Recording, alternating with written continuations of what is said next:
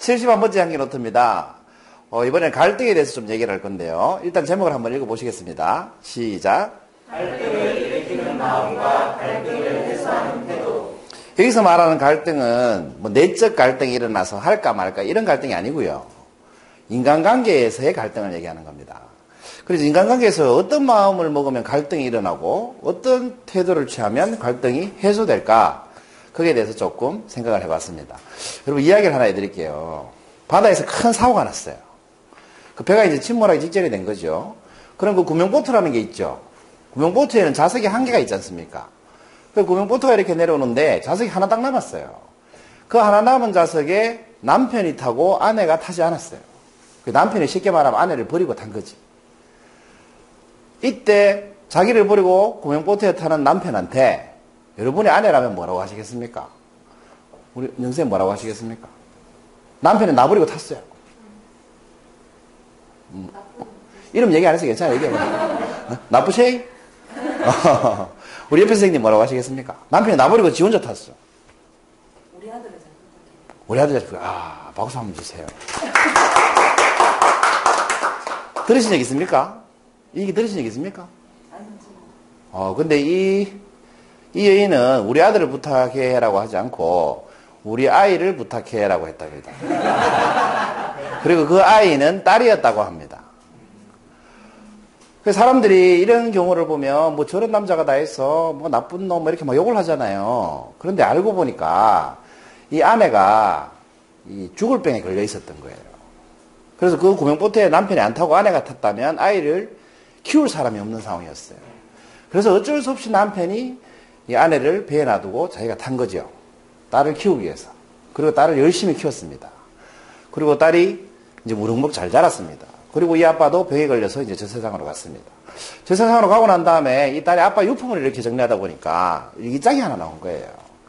그 일기장을 발견해서 이렇게 읽어보게 되지 않습니까? 그 일기장을 읽어보니까 아빠가 이런 일기를 써놨다고 합니다.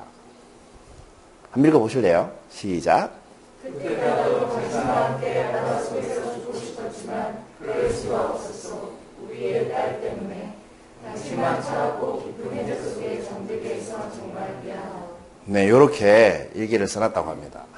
여러분 이 스토리를 들어보시고 처음에 제가 부연 설명을 하지 않았다면 이 남자는 어떻게 됩니까? 굉장히 나쁜 놈, 죽일 놈, 몹쓸 남편 이렇게 되는 거죠. 그렇게 되면 어떻게 돼요? 주변 사람들하고 갈등이 일어나겠죠.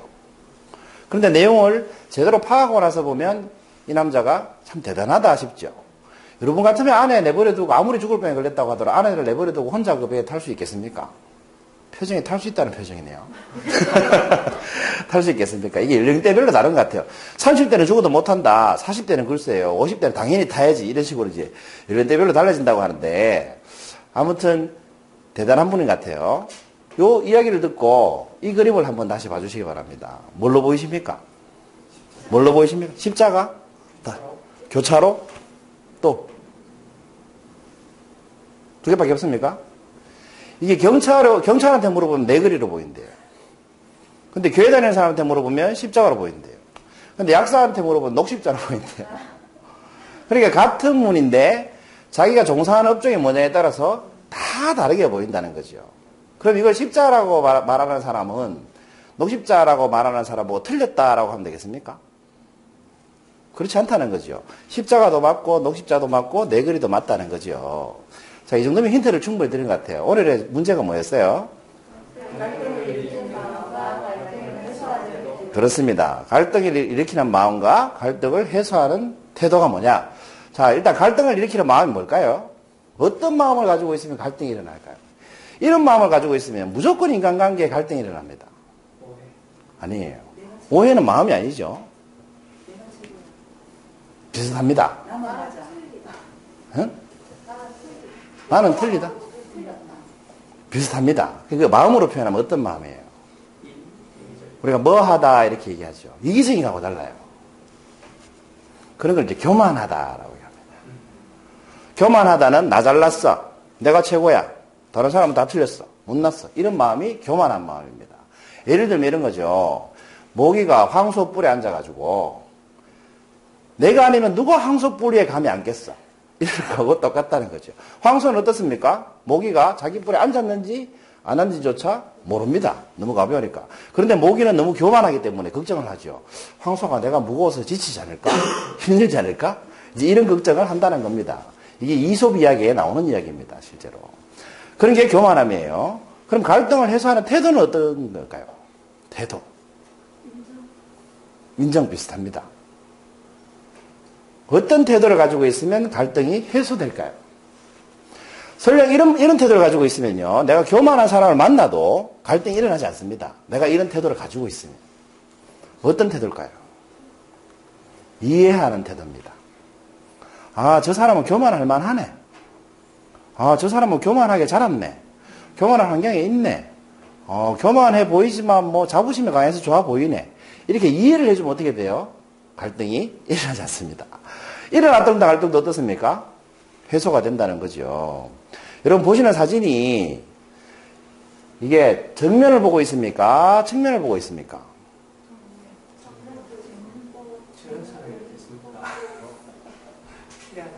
잘 모르시겠죠? 이게 피카소 화법입니다. 그러니까 3차원 공간에서 관점을 다른 공간에서, 다른 측면에서 이렇게 보면 이런 식의 그림이 나오는 거죠. 이게 정면을 보는 것도 되고 측면을 보는 모습도 됩니다. 둘 다 됩니다.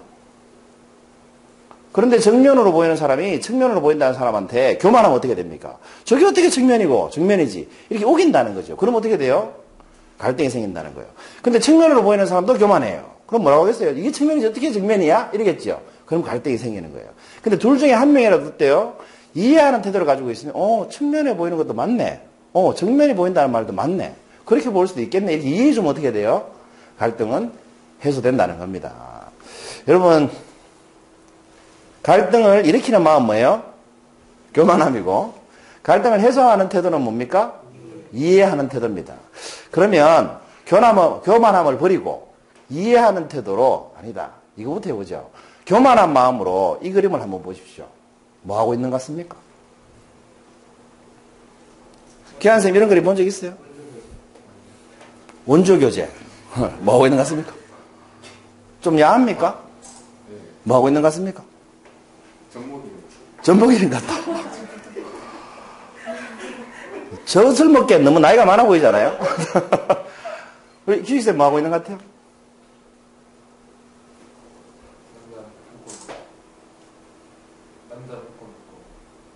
남자를 묶어놓고. 이런 경우에 보통 남자라고 하지 않고 노인이라고 하죠. 아무튼 교만한 마음으로 보면 별로 좋아 보이지 않습니다. 이 그림이. 근데 이 그림이 푸에르토리코라는 나라가 있어요. 조그만 나라가 있는데 거기에 국립미술관에 정문에 들어가면 벽에 바로 걸려있는 그림이에요. 그래서 이 그림의 내용을 모르는 사람들이 이 미술관에 들어오면 다 욕을 한다는 거죠. 어떻게 국립미술관에서 이런 저질 그림을 걸어 놓을 수가 있느냐. 이런 식으로 이제 불평을 한다는 겁니다. 이 그림의 내력을 모르는 사람들은. 이 교만한 표현인 거죠, 사실은. 왜냐하면 이 그림의 취지나 의도나 내용을 모르면서 내 감정 느끼는 그대로 내뱉고 있기 때문에 이게 교만한 태도입니다. 그림에 대한 실력도 없다는 거죠. 만약에 유명한 화가나 예술가가 이 그림을 봤다면 감탄을 했을 텐데. 왜 그러냐? 이 그림은 푸에르토리코 국민들이 가장 잘 그렸다고 생각하는 명화입니다. 최고의 그림이라고 인정해주는 그림이 바로 이 노인과 여인이라는 그림입니다. 왜냐하면 이 노인의 모습을 보면 뒤에 쇠고랑을 차고 있죠. 발목에도 쇠고랑을 차고 있죠. 그리고 창문 오른쪽을 보시면 병사들이 이렇게 엿보는 게 보이십니까? 이 푸에르토리코의 독립투사였습니다. 이 노인이. 근데 정부에 의해서 이렇게 갇혀버린 거죠. 독립투사였으니까. 그리고 이런 벌을 내립니다. 어떤 음식과 물도 주지 마라. 쉽게 말하면 이제 굶어 죽게 하는 벌을 내려버린 거죠. 그래서 이 딸이 아버지를 살리려고 애 놓은 지 얼마 안 되는 딸이 젖이 많잖아요. 그래서 아버지를 살리려고 감옥에 와가지고 이 병사들 눈치를 보면서 몰래 젖을 먹이고 있는 그림이 바로 이 그림입니다. 그럼 알고 보니까 그림이 어떻습니까? 숭고해 보이지 않습니까? 여러분의 딸이라면 이렇게 할 수 있겠습니까? 이 숭고한 사랑과 독립투사의 모습을 동시에 담은 그림이 바로 이 그림인 겁니다. 그 대단한 그림인 거죠. 이 딸이 견전지를 지금 옆을 보고 있죠. 이게 이제 면회 시간이 짧아가지고 눈치 보면서 얼른 먹으라고 이렇게 하는 모습을 형성한 겁니다. 그 교만한 마음을 가지고 이 그림을 보면 참 저질의 그림이 되고요. 제대로 이해를 하고 이 그림을 보면, 지금 제가 설명하니까 여러분 이 그림에 대한 이해를 다 하셨죠? 이해를 하고 이 그림을 보면 어떻습니까? 이 그림은 위대한 그림이 되는 겁니다. 그러니까 여러분 인간관계에서 교만한 마음을 가지고 상대방을 보면 늘 갈등이 생기고 나는 좀 저질스럽게 됩니다. 나는 몰라도 주변 사람은 다 압니다. 내가 아무리 잘난 척해도, 모기가 아무리 잘난 척해도 황소는 압니다. 모기가 별게 아니라는 것을. 그렇죠. 모기 자신만 모르고 사는 거죠. 내가 요거도 먹는지 나만 모릅니다. 살다 보면. 왜 그렇습니까? 사람들이 내한테 빼고 다 욕하거든요. 내 욕을. 나한테만 안 하거든요. 그래서 나만 모르고 산다는 거죠. 그래서 여러분 인간관계 갈등 없이 좀 살고 싶으시면 일단 교만함을 좀 내려놔야 될 것 같아요. 두 번째는 어떤 말을 듣더라도 설령 교만한 사람을 만나더라도 어떤 태도? 이해해주는 태도를 가지면 갈등 없이 살 수 있을 것 같습니다. 71번째 향연어태였습니다. 감사합니다.